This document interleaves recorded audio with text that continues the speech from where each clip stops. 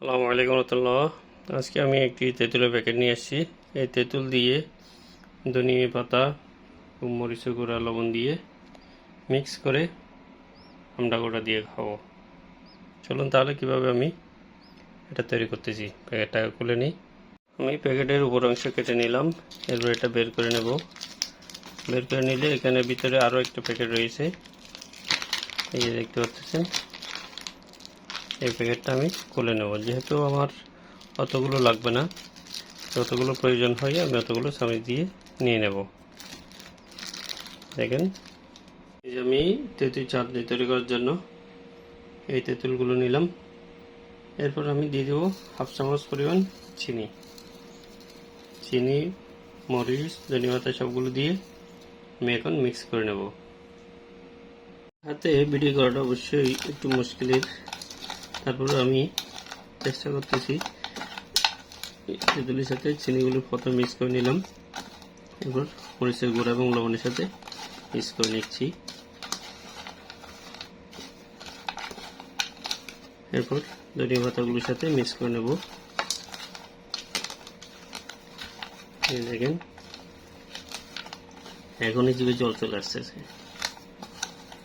কতদিন পর এই ধরনের করে খাচ্ছি।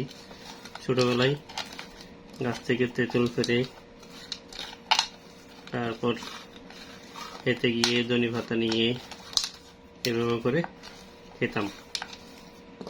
আজকে বহুদিন পর আবার সেই খাওয়ার কথা মনে পড়ে গেল। তো প্রবাসে আসছি, কি করব, করার কিছু নেই, তাই বলে কি খাবো না?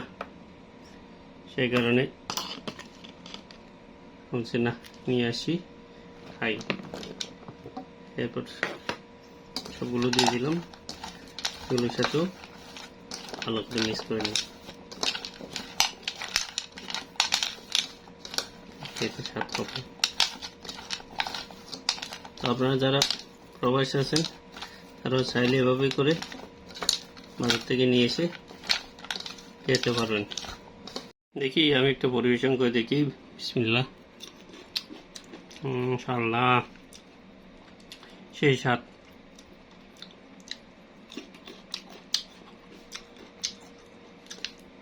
এইভাবে করে একবার খেলে বারবার খেতে মন চাইবে। এই যে দেখেন, তেঁতুল আমরা চাটনিটা যত খাই তত খেয়াল লাগে।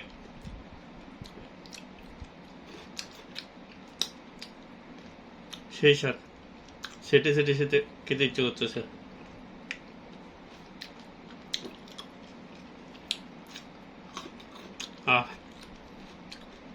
কতদিন পর বাল্যকালের কথা মনে পড়ে গেল। এভাবে কত খেয়েছি।